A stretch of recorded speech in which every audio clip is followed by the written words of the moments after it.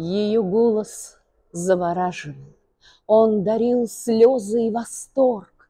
Некоторые даже сравнивали ее выступления с сеансами массового гипноза.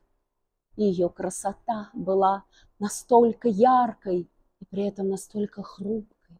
Ее жизнь была такой трагической и такой наполненной. В ней было все, и оглушающая слава, и ослепляющая ненависть. Пожалуй, мне не хватало только счастья. Божественная Мария Каллас, ля Дивина, легендарная оперная певица, после которой опера уже никогда не будет прежней. Мы будем говорить о ней, мы будем вспоминать о ней 15 мая здесь, в модном доме Краки, заново и заново перелистывая ее жизнь, как прекрасный и бесконечно печальный роман.